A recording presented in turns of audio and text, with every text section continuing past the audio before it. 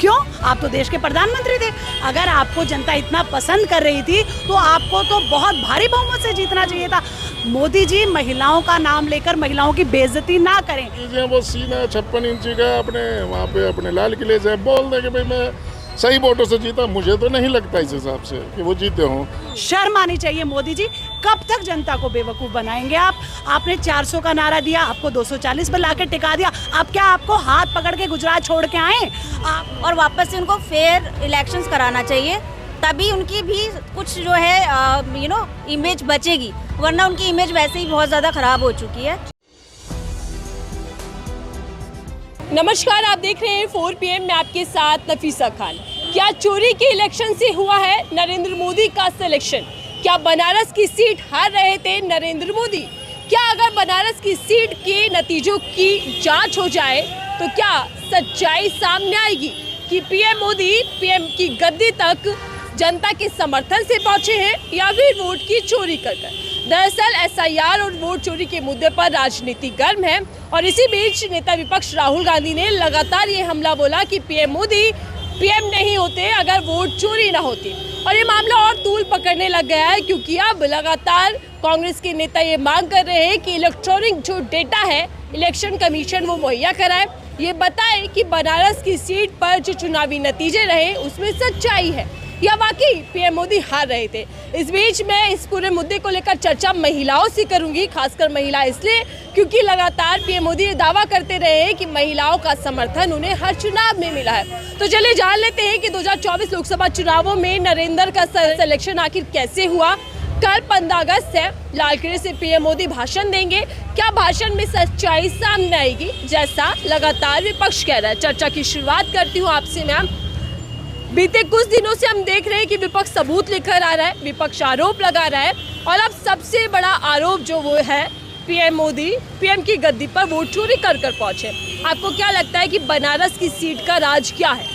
बनारस की सीट का राज है वोट चोरी। जैसा आप देख रहे हैं 240 पे लोकसभा इलेक्शन में जो सीटें थी वो 240 पे रुक गई। जो 400 पार का नारा दिया जा रहा था, क्या था ये सब मोदी जी ने अपना एस्टिमेट लगा रखा था कि हम लोग इतनी सीटें जीत जाएंगे।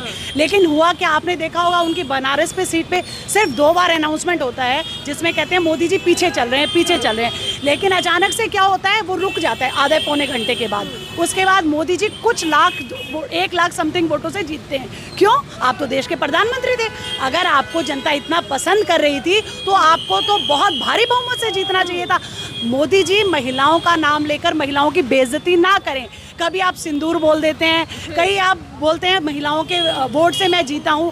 अगर आप में हिम्मत है तो मैं आपको चैलेंज करती हूं, कल 15 अगस्त है, लाल किले पर जब आप भाषण देंगे ना तो अब आप जैसे संसद में बोलते हैं ना एक अकेला सब पर भारी, तो वहां से भी छाती 56 इंच के सीने को खोल के और बोल दीजिए कि मैं जो है अपनी वोटों से जीता हूं, मैं वोट चोरी की वोटों से प्रधानमंत्री नहीं बना हूं। शर्म आनी चाहिए मोदी जी। कब तक जनता को बेवकूफ़ बनाएंगे आप? आपने 400 का नारा दिया, आपको 240 पर लाके टिका दिया। अब क्या आपको हाथ पकड़ के गुजरात छोड़ के आए? आपके कभी RSS वाले बोलते हैं कि 75 साल की उम्र है, आपके ही नियम है। अब तो आप इस्तीफा दे दीजिए, इज्जत से रिजाइन कर दीजिए, वरना बची कुछ इज्जत भी जो है वो मिट्टी में मिल जाएगी। लेकिन मैम, जिस चेहरे पर पूरी बीजेपी चुनाव लड़ती है, मोदी जी की चेहरा जीत की गारंटी कहा जाता है, आप कह रहे हैं कि उसी चेहरे पर जनता ने समर्थन नहीं दिया? बिल्कुल नहीं दिया। आप बताइए ना, अगर समर्थन दिया होता तो मोदी जी अपनी सीट पर ऐसे लड़खड़ाते? बनारस की जनता ने उनको जवाब दे दिया, लेकिन उन्होंने वोट चोरी के जरिए जो है ये जीत हासिल की है। अगर उनमें हिम्मत है तो अपनी सीट का एक बार वो जो है करवा के दिखा दें कि लो जी मेरी सीट पर मुझे कोई दिक्कत नहीं है। आप करो चुनाव आयोग के द्वारा उसका इंस्पेक्शन, एक ही दिन में पता लग जाएगा। चुनाव आयोग से पिछले 6 महीने से विपक्ष जो है, राहुल गांधी जी बोल रहे हैं कि हम लोग एक सीट पे पिछले 6 महीने से तैयारी कर रहे हैं कि हम चुनाव आयोग का सच सामने इकट्ठा किया जी। और आपने क्या किया, 24 घंटे के अंदर आपने सच दिखा दिया कि यहाँ गड़बड़ हुई। कभी आपने देखिए दिल्ली के लोकसभा चुनाव में कोरी धांधलेबाजी करी, उसके बाद आपने विधानसभा में धांधलेबाजी करी, हरियाणा में करी आपने, महाराष्ट्र में करी आपने। आपका तो ये एजेंडा बन चुका है। आपने वोट चोरी करी, आपने पूरे सिस्टम को अपने हवाले कर लिया। चुनाव आयोग जो है अब आपके हाथ की कठपुतली बन चुका है। चुनाव आयोग को सामने आके वो इतनी प्रेस कॉन्फ्रेंस करते हैं, वो बोल देना कि ऐसा कुछ नहीं हुआ। विपक्ष जो हमारे पर इल्ज़ाम लगा रहा है वो सब झूठ है। आपको पता है राज्यसभा से सांसद संजय सिंह जी ने कितना कुछ बोला था, लेकिन उनकी कोई सुनवाई नहीं हुई। केजरीवाल जी की खुद की सीट पर से कितने नाम कटे थे, एक एक घर में कितने कितने नाम दिखाए गए थे। क्या दिल्ली में मुद्दा गरमाया और अब पूरे देश में मुद्दा गरमा रहा है। मैम, लेकिन आप क्या चुनौती दे रही हैं, चैलेंज कर रही हैं पीएम मोदी को कि वो लाल किला से ये बयान दें कि वो फर्जी वोटर से मैं एक बार फिर हमारे प्रधानमंत्री से कहना चाहती हूँ, अगर आपका 56 इंच का सीना है तो जैसे आप संसद में खड़े होकर चौड़े होकर बोलते हैं कि एक मोदी सब पे भारी, तो अब आप बता दीजिए कि मैंने चुनाव में कोई गड़बड़ नहीं करी और मेरी सीट जो है, मैं यहाँ लाल किले से बोलना चाहता हूँ कि आप मेरी सीट का इंस्पेक्शन करवा लीजिए और मैं जो है अपने वोटों से, जनता के प्यार से प्रधानमंत्री बनाऊं। ये सब कोरी बकवास है। ठीक है, मैं आ रही हूँ आपके पास। मैम, वो बड़ी चुनौती पीएम मोदी को दे रही हैं। आपको क्या लगता है कि मोदी जी जनता के समर्थन से प्रधानमंत्री बने हैं या वाकई वोट की चोरी हुई है बनारस के अंदर? जैसा कि हम लोग आजकल न्यूज़ में देख ही रहे हैं, तो चोरी की तो वो सपोर्ट करते करते उसके सबूत भी दे रहे हैं। क्योंकि मेरा जहाँ तक मेरी नॉलेज काम करती है, जब इलेक्शन होती है तो इलेक्शन का जब सब कुछ खत्म और काउंटिंग मतलब डालना वोट बंद होते हैं, फॉर्म 17 आई गेस देते हैं, 17C है भी, आई एम नॉट श्योर, पर एक फॉर्म देते हैं। अगर राहुल जी ने बोल दिया उनको कि आप मुझे इसका डेटा दे दो, तो उन्होंने इस डेटा को देने में ही पूरा महीना लगा दिया, पूरा महीना लगा दिया। जबकि होता जो एक रूल है कि अगर इलेक्शन जैसी हो जाती है उसके विद इन अ मंथ अगर आप उस डेटा को पहले लेके चेक कर लेते हो तो वो रद्द हो सकता है चुनाव। लेकिन उन्होंने राहुल जी को डेटा जो डिजिटल 17 फॉर्म बहुत इजी था वो देना, क्योंकि उनके कॉपीज थी, वो ऑलरेडी देते हैं, लेकिन डिमांड पे दोबारा देना कुछ ज़्यादा लंबी बात नहीं थी। बट उन्होंने उनको इतना बड़ा बंच दे दिया, इतना बड़ा बंच दे दिया कि उनको उसको काउंटिंग करने में 6 महीने लग गए। तो पहली चोरी तो यही पकड़ी गई कि अगर आपका मन साफ था, दिल साफ था, तो आपको तुरंत 17 फॉर्म देके काम खत्म करना था, because you are right on spot, आप अपनी जगह बिल्कुल ठीक थे। पहली चीज़। दूसरी चीज़, जब वो महीने के अंदर रद्द हो सकती थी वो टाइम निकल गया, क्योंकि उनको चेक करने में 3-6 महीने लग गए। अब उसके अंदर भी वही डाटा है जो उन्हीं के थ्रू दिया गया था। उसमें उन्होंने दिखाया था न्यूज़ में कि एक बंदा 3 जगह लिस्टेड है, तो मतलब कि वो आपके डाटा ही करप्ट है, आप बैठे बैठे क्या कर रहे हो। तो ये साफ साफ दिखता है कि ये चोरी है। मैं किसी का पक्ष विपक्ष ना करते हुए कहूँगी, जो दिख रहा है वो चोरी ही दिख रही है। जांच होनी चाहिए, वो जांच डेफिनेटली होनी चाहिए। क्या मोदी जी बनारस की सीट चोरी कर जीते हैं जैसा विपक्ष कह रहा है, आपको भी लगता है? देखो, ऐसा जिसकी जैसी चाल है वो आगे वैसे चलेगा, उसको तो वो बदल नहीं सकता। तो अगर वो पहले भी चोरी करके जीता है, जीत रहे, तो डेफिनेटली आगे भी वही हथकंडा अपनाएगा जीतने के लिए। लेकिन मोदी जी कहते हैं समर्थन है, खासकर महिलाओं के वोट उनको ज्यादातर मिलते हैं। देखो, आपकी सोच, आप कहाँ तक उसको समेट लो, उसको कोई नहीं रोक सकता। जांच होनी चाहिए बनारस सीट, डेफिनेटली जांच होनी चाहिए। अब मैं सोचूं कि मैं प्रधानमंत्री से भी ऊपर हूँ, तो मेरी सोच है ना, मुझे आप नहीं रोक सकते, मेरी सोच है मैं कहीं तक ले जाऊँ, तो ऐसी उनकी अपनी सोच है। क्या इन आरोपों के चलते पीएम मोदी को सामने आना चाहिए, सच्चाई बतानी चाहिए कि वो वोट चोरी से नहीं बल्कि जनता के प्यार समर्थन से बने? बिल्कुल उनको आना चाहिए, क्योंकि देखो, जब डायरेक्टली पब्लिक, आम जनता, विपक्ष सारे उन पर इल्ज़ाम लगा रहे हैं, तो उनको डेफिनेटली निकल के आके जवाब देना चाहिए। जब उन्होंने संदूर एक ऑपरेशन किया था तो उन्होंने आके बताया था कि ये ऑपरेशन मैंने इस तरीके से करा, ऐसे किया, तो उनको इस मामले भी सामने आके बताना चाहिए कि मैंने अपनी ही जगह पे, अपनी ही वोटर से, अगर उनको लगता है कि लेडीज़ उनके समर्थन में है, तो उनको डेफिनेटली सामने आके चीज़ बोलनी चाहिए कि मैं अपनी ही जीत से जीता हूँ, ना कि चोरी से। ठीक है, बनारस की सीट पर मोदी जी कहते हैं कि माँ गंगा ने मुझे बुलाया है, तो क्या लगता है कि माँ गंगा और बनारस के जो लोग हैं उन्होंने मोदी जी को समर्थन दिया, उनको विश्वास जताया उन पर, या फिर सब कुछ चुनावी खेला है जिससे मोदी जी गद्दी तक पहुँचे? क्या समझ आ रहा है वोट चोरी को लेकर? नहीं, चोरी तो की है उन्होंने वोट, क्योंकि चोरी की है, सबूत तो कहीं नहीं है पर इस बात की। सबूत है ना, उन्होंने हारते हारते फिर जीते हैं, तो चोरी तो किया 101%। मोदी जी तो जीत की गारंटी है। अब वो जीत की गारंटी दे रहे हैं, लेकिन इसका मतलब ये तो नहीं है जो उन्होंने जो सब पब्लिकों के सामने आके चौड़े होके बोले ना, जहाँ मैंने चोरी नहीं की। ठीक है सर, आपको क्या लगता है कि बनारस की सीट पर क्या पीएम मोदी फर्जी वोटर्स के बूस्टर से जीते? जी, मुझे तो ऐसे ही लगता है। जैसे अनुराग ठाकुर जी जो हैं अपने सांसद, उन्होंने बोला है 5 जनों के लिए तो वो कहते हैं कि हमें तो मालूम था वो भी ऐसे ही जीते हैं। तो यानी तुम्हें पहले से मालूम था, तुमने ऑब्जेक्शन क्यों नहीं उठाया फिर इनके लिए? अब पता लग रहा है आपने ऐसा करा है।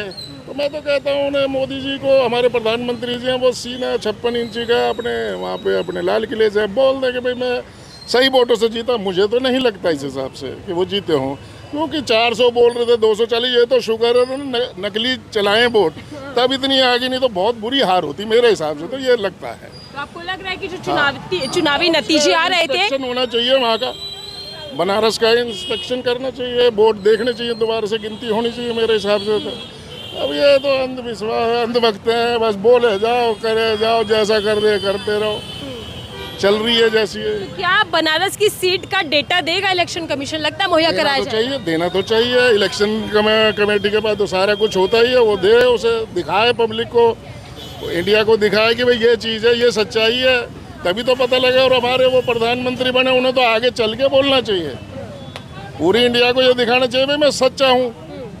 अगर बेईमानी होगी तो वो कुछ ना कुछ प्रॉब्लम क्रिएट करेंगे, कुछ ना कुछ निकाल देंगे, रख देंगे। ये तो चल ही रहा है, डंका बज रहा है हमारे प्रधानमंत्री का। विदेशों में क्या डंका बज रहा है, सारे इंडेक्स हाई पे जा रहे हैं। पाकिस्तान में प्रधान वो बन गया, उसका ब्रीक का किसका है? आपको लगता है कि बीजेपी नेता अनुराग ठाकुर ने ही पीएम मोदी की सीट फंसा दी? हाँ जी, फंसा दी, उन्हीं ने फंसाई है। वही उनके चहेते थे सबसे ज्यादा, अनुराग ठाकुर जी, मोदी जी के, उन्हीं ने फंसाई है। अब तो उन्होंने जैसे बोला है, तो यानी सब कुछ मालूम था बीजेपी को कि डिम्पल जी हैं, राहुल जी हैं, प्रियंका जी हैं, उनके लिए, सब के लिए, 5 जनों के लिए बोल दिया। तो यानी उन्हें पता था बेईमानी में, तो जब क्यों नहीं बोला?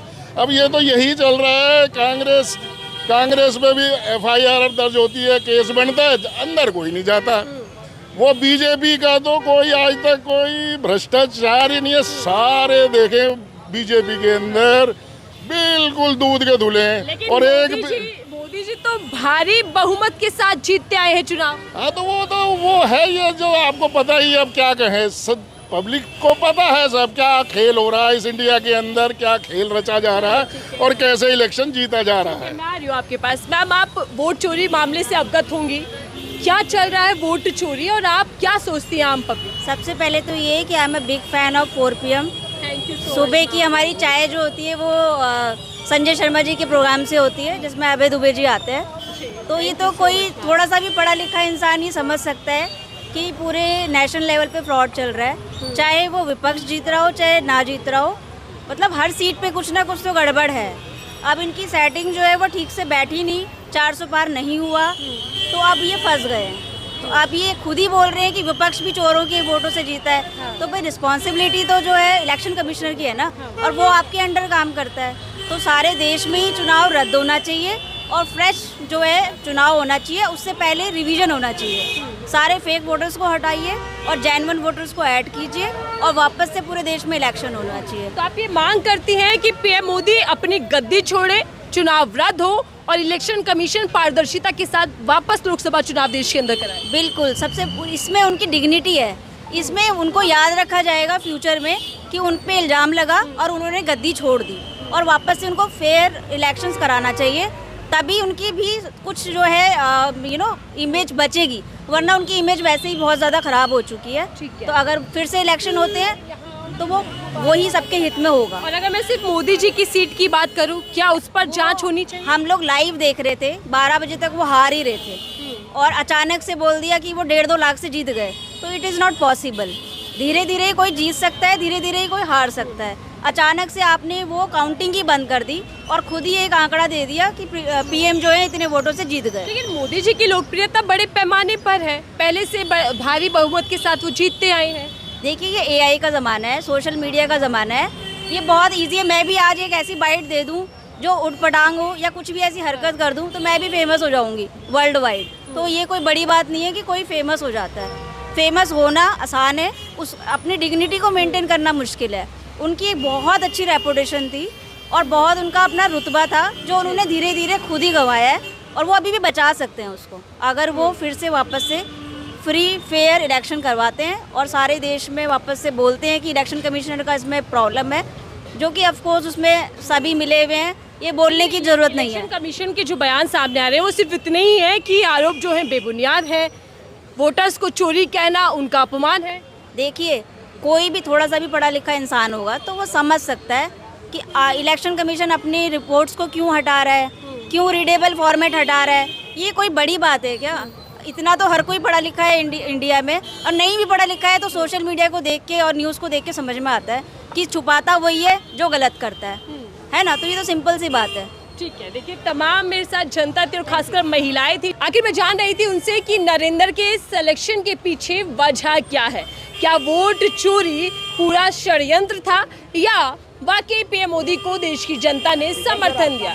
हालांकि सच्चाई कब सामने आएगी ये अपने आप में एक सवाल है, क्योंकि इलेक्शन कमीशन ना तो डेटा मुहैया करा रहा है और ना ही विपक्ष के आरोप सबूतों को लेकर किसी तरीके की सच्चाई सामने ला रहा है। अगर हो रही है तो सिर्फ राजनीति, लेकिन देश की जनता, हर एक वोटर ये जानना चाहता है कि उसका वोट कहाँ गया, जिस नेता को वोट दिया, जिस पार्टी को जिताया, क्या वो सत्ता तक पहुंची या मौजूदा जो सत्ता है उसको रद्द हो जाना चाहिए और देश में फिर से चुनाव होना चाहिए। इस रिपोर्ट को लेकर आपकी क्या राय है जरूर बताइएगा। देखते रहिए 4 PM, मैं थी आपके साथ नफीसा खान।